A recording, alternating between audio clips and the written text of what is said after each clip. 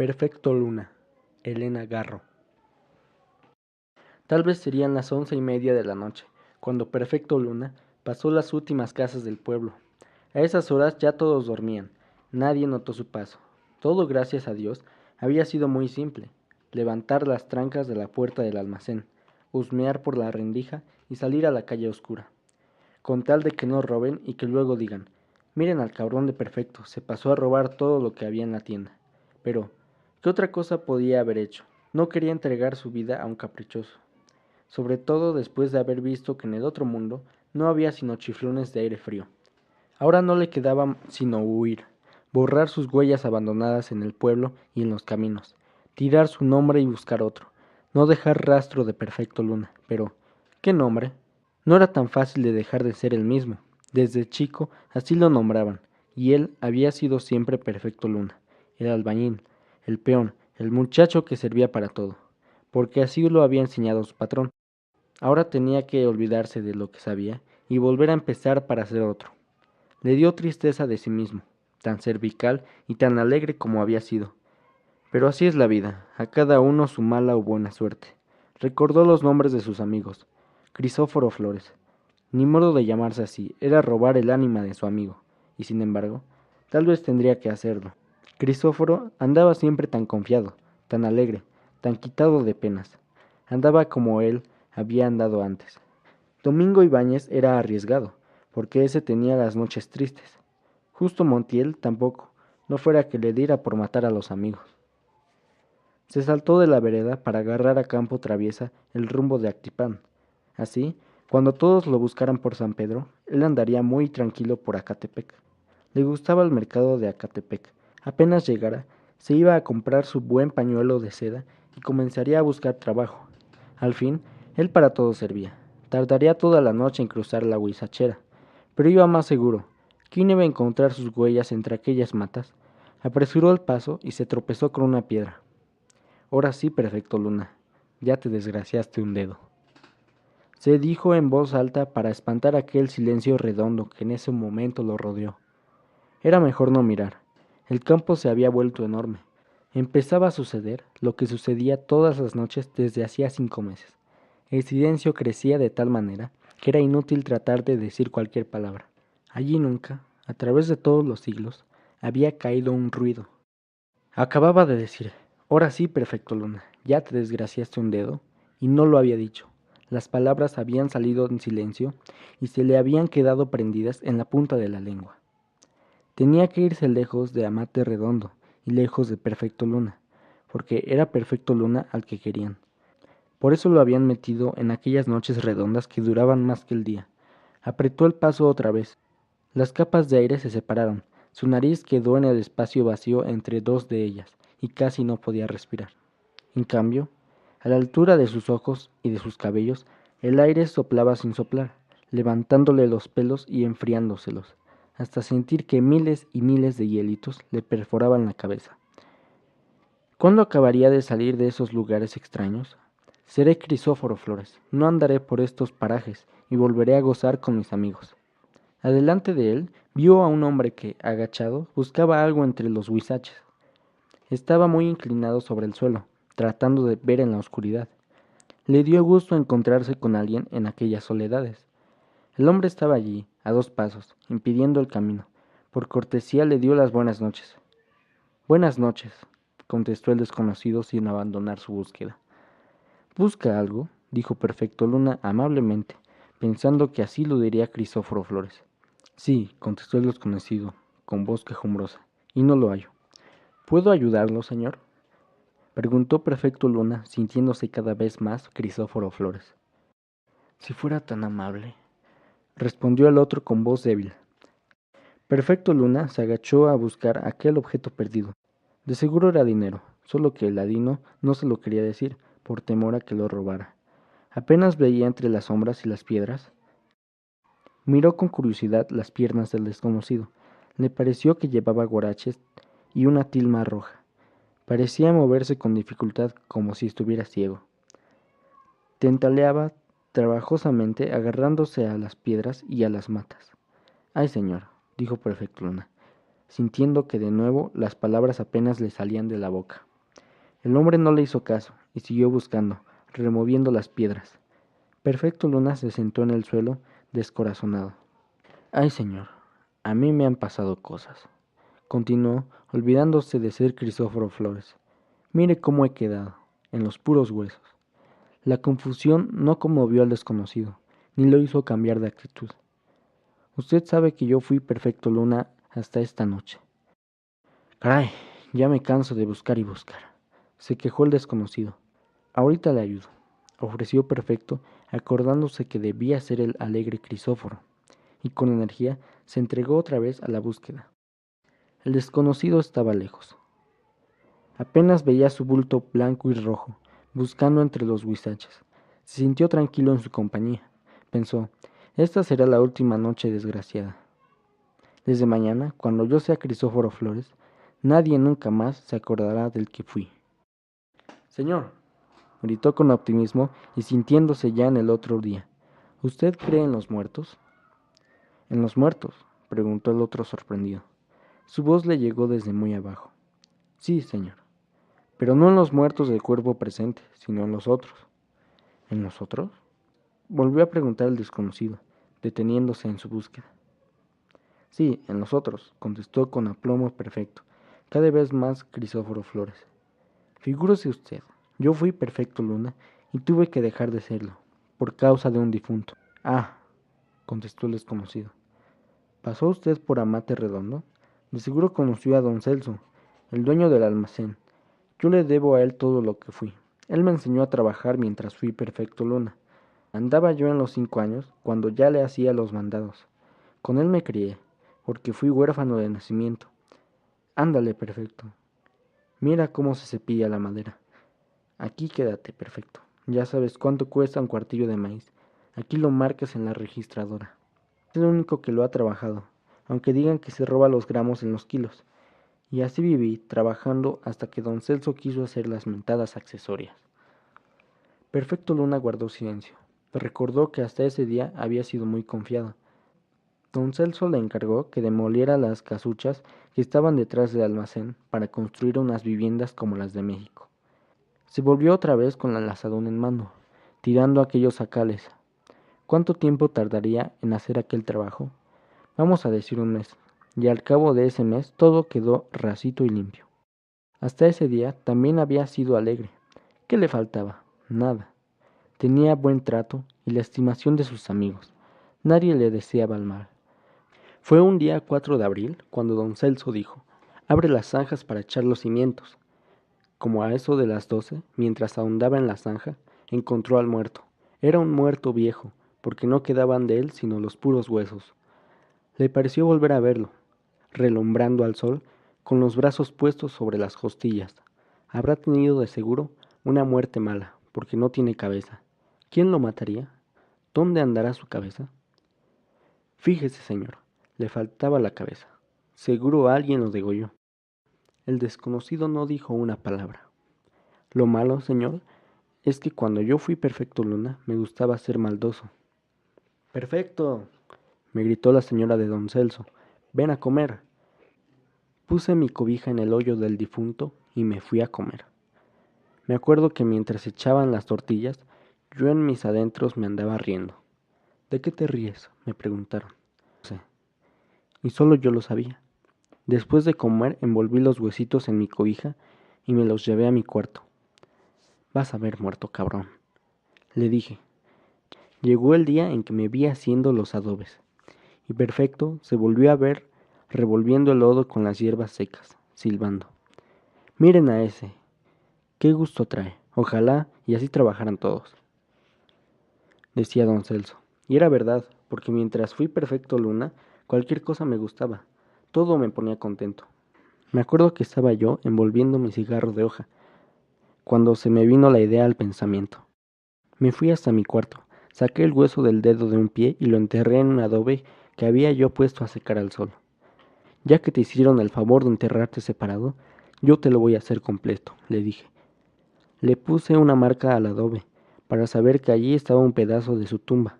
Luego me traje una costilla y la metí en otro adobe con su señal. y así hasta que me acabé los huesitos. Oiga, don Celso, ¿qué le pasa a un muerto despedazado? Pues se vuelve loco, muchacho, buscando sus pedacitos. Y me fui muy contento a ver mis tumbitas. Lo que es ser muchacho y ser alegre, señor, dijo Perfecto Luna, sentándose de nuevo en el suelo y buscando con los ojos al otro, que indiferente seguía por allí sin hacerle caso. Con tristeza pensó que a nadie le importaba que él, Perfecto Luna, hubiera sido alegre, y que por causa de su alegría tuviera que dejar de ser el mismo. Recordó cómo empezó a construir las viviendas. Cuidadosamente repartió los adobes con los huesos en los muros de las viviendas. No quedó ni un lugar de la vecindad en donde no estuviera enterrado el sin cabeza. Y él, gozoso, seguía abriendo las ventanas, techando, haciendo puertas, mientras silbaba y se reía a solas. Mira, Perfecto, quedaron bonitas. Ponle su lambrín azul. Yo eché el azul más vivo, señor, para alegrar el sepulcro. Yo eché el azul más vivo, señor, para alegrar el sepulcro encalado. Y se volvió a reír a pesar suyo. Ojalá y se vengan a vivir los Juárez. Y que en la noche el sin cabeza les jale las patas, pensaba. Cuando las viviendas estuvieron terminadas, don Celso le encargó que las cuidara, no fuera a hacer que los mocosos se metieran y rayaran las paredes. Olía a nuevo, a cal y a mezcla. Las paredes y los ladrillos del suelo todavía estaban húmedos. En todos los cuartos había presencia de lo limpio, lo no tocado por el hombre. Perfecto Luna tomó sus camisas, su petate y su cobija y se instaló en uno de sus cuartos. Estaba cansado, se quitó los guaraches, se tendió en su petate y por la ventana miró la noche. El cielo estaba tranquilo y claro, y desde donde estaba veía 2 estrellas brillantes. Entrecerró los ojos. ¿Quién le hubiera dicho que él solito iba a hacer todo aquel trabajo? Abrió los ojos y miró regocijando su obra. Recorrió el techo, las paredes, la puerta y llegó otra vez a la ventana. Abajo de ella, una saliente pequeña marcaba una de las tumbas del sin cabeza. Se echó a reír y se le cuajó la risa. Los labios se le quedaron tiesos y el cuarto se volvió tan oscuro que perdió la vista a la ventana. ¿Quién oscureció la noche? Buscó a tientas la vela que había dejado junto al petate. Estiró el brazo y sintió que se le había hecho muy corto. En cambio, el cuarto había crecido enormemente y la vela estaba lejos, fuera de su alcance. Se resignó a la oscuridad. Abrió mucho los ojos tratando de ver algo, pero la sombra se hacía cada vez más densa. Creo que aquí espantan. Se quedó quieto. De pronto vio brillar la marca que él había puesto en el adobe. Es el sin cabeza. Su corazón empezó a golpear con tal fuerza que le pareció que iba dentro de un río muy crecido. Sintió que se quedaba sordo. No le quedaba sino esperar a que amaneciera. Pero la noche se alargó en muchas noches. Cuando rayó el día, vio que su petate estaba húmedo de sudor. ¿Qué te pasa, Perfecto? Andas muy desencajado. No supo qué contestar, apenas si probó su café, pensando que tenía que oscurecer. Con tristeza se sentó en el patio de las accesorias a ver cómo pegaba el sol en los tejados. Ya se está acabando el día, dijo con pesadumbre. Cambió sus petate y sus tiliches al segundo cuarto. Volvió la noche y él se acostó sin querer mirar por la ventana. Ahora no voy a mirar la noche, y apretó bien los ojos. Un ruido de alas recorría las paredes. Las alas giraban al tiempo que subían y bajaban por los muros. Pasaron sobre su frente y sobre su cuerpo. Se fue quedando helado. ¿Cuál sería el maldito hueso que hacía aquel ruido que no se oía? Y esa noche duró más que la anterior. Quería pensar cómo contentar al difunto, pero las alas corrían a tal velocidad que no le permitía formular su pensamiento. Al amanecer sus rodillas estaban adoloridas, apenas si pudo levantarse. Agarraste frío, Perfecto, le dijeron, y él no pudo contar lo que había sucedido aquella noche inmensa con aquellas alas frías. Se puso al sol, pero las rodillas seguían duras y heladas. No tuvo tiempo de calentarse, porque ese día el sol duró muy poco. Le pareció que apenas acababa de cantar el gallo del amanecer, cuando oyó las gallinas acomodarse en sus palos para dormir. Completamente desesperanzado, trasladó su petate, su cobija y su vela al tercer cuarto. Muerto maldito, quédate sosiego y no me quites la paz, que yo nunca le hice daño a nadie. Se enrolló en su tilma para no pasar los fríos y cerró los ojos, para no ver las sombras que lo envolvían. De una esquina del cuarto se desprendió un remolino de viento, zumbaba con gran violencia y se le vino a pegar al oído izquierdo. Por allí entró a gran velocidad, aturdiéndolo. Dime, ingrato difunto, ¿qué quieres que haga por ti? Hubiera querido decir, pero las palabras se le quedaron embarradas en la lengua. Luego se la vendaron, como vendaron la pierna de Anselmo, cuando le dieron de navajazos. Inmóvil, con la lengua ligada, sufrió aquel remolino que le acalambraba el cuerpo. Ya amaneció, dijo con dificultad, cuando entró a la cocina a que le dieran café caliente. ¿Qué te pasa, muchacho? ¿Por qué hablas así? Parece que tienes la lengua amarrada. Y Perfecto Luna agachó la cabeza y pensó que también ese día iba a acabar muy pronto. Don Celso, ¿me deja dormir con alambritos? ¿A poco, muchacho? ¿Para qué lo quieres? Te anda buscando el miedo. Apenas acababa de agarrar a alambritos cuando ya había caído la noche. Amarró al perro con un mecate largo a la aldaba de la puerta del cuarto siguiente y se tendió en el petate. Se estaba quedando flaco y se le había muerto la risa. La oscuridad empezó a bajar del techo, como una espesa nube negra que lo quería aplastar. ¿Qué quieres que haga por ti, difunto? No puedo deshacer las accesorias para juntar de nuevo tus huesos. Acababa de pensar eso cuando vio que Alambritos se venía arrastrando por el suelo, pegado al piso como una calcomanía, y se quedaba junto a él. Alambritos empezó a aullar desde su nueva forma aplastada y plana como una hojita de papel. Es cierto que andas aquí, pensó Perfecto Luna. ¿Qué quieres? Yo te lo doy para que te vayas.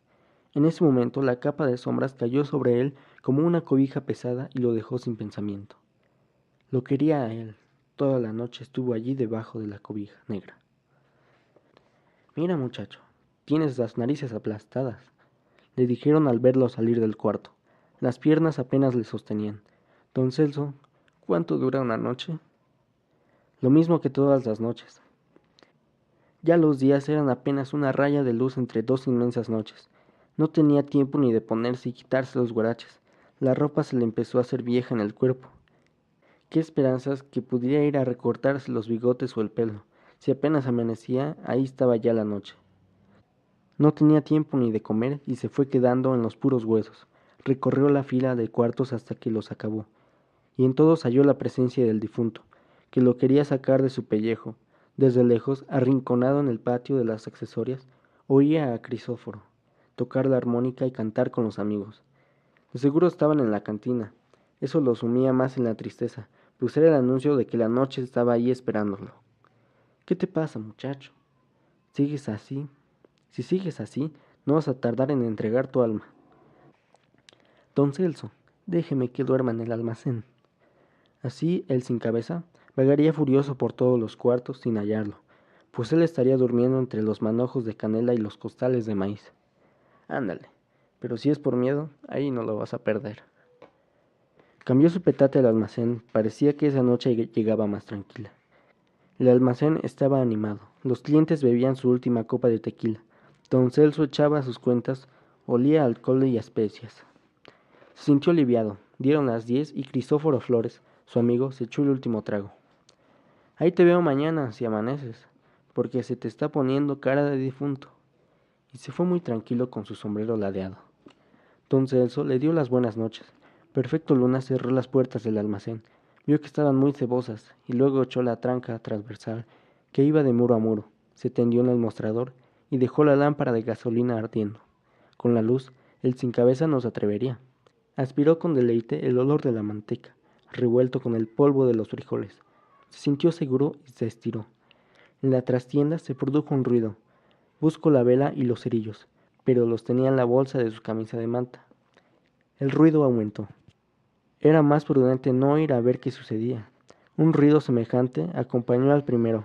Algo caía, caía sin cesar, silbando dulcemente. Era como si dos costales de maíz dejaran escapar el grano por un agujero. Ahora sí, el canijo está destripando los costales. Los silbidos se multiplicaban. Todos los costales se vaciaban a gran velocidad. La trastienda se iba llenando de maíz. Estaba seguro de eso. Con precaución miró hacia allí. La puerta colmada de granos se desbordaba, y el maíz avanzaba por la tienda. Asombrado, miró a su derredor. Estaba entre costales. Arriba de la puerta de salida había tableros cargados de sacos de ayate. En ese momento se abrió el primer costal, y los granos cayeron sordos, en un chorro dorado sobre el suelo. Luego se agujereó el segundo costal, luego el tercero, luego el cuarto, luego la tienda entera llovía maíz de todas sus paredes. El lugar del mostrador se fue estrechando. Vio que la puerta de la calle que antes había trancado cuidadosamente estaba siendo bloqueada, pues los costales de arriba también estaban agujereados. Se levantó como pudo y a zancadas, enterrándose en el grano hasta los muslos, llegó a la puerta. Con dificultad levantó la tranca y logró, haciendo un esfuerzo, abrir una rendija, husmear la noche y salir a la calle. A estas horas, señor, estaría allí sepultado en el maíz y el maldito sin cabeza me tendría cogido de los pelos para toda la eternidad. Pero me le fui. Y me le fui no solamente de Amate Redondo, sino de Perfecto Luna, porque cuando lo busque ya no lo va a hallar. Ahora soy Crisóforo Flores, lo que es tener un poco de presencia de ánimo, ¿verdad, señor? Por eso le preguntaba si creía usted en los muertos, porque antes del sin cabeza tampoco yo creía. Ah, contestó el desconocido desde muy abajo, y con dificultad se fue enderezando. Le voy a ayudar a buscar, ya que le conté la triste historia del que fue Perfecto Luna. Ya no, contestó el desconocido de pie junto al narrador. Este apenas tuvo tiempo para ver el rostro sin rostro de su nuevo amigo. El cuerpo del desconocido terminaba sobre los hombros. Se endemonió, dijo don Celso al día siguiente. Me soltó todo el maíz y murió en medio de la huizachera. Caray, y parecía tan buen muchacho el tal Perfecto Luna.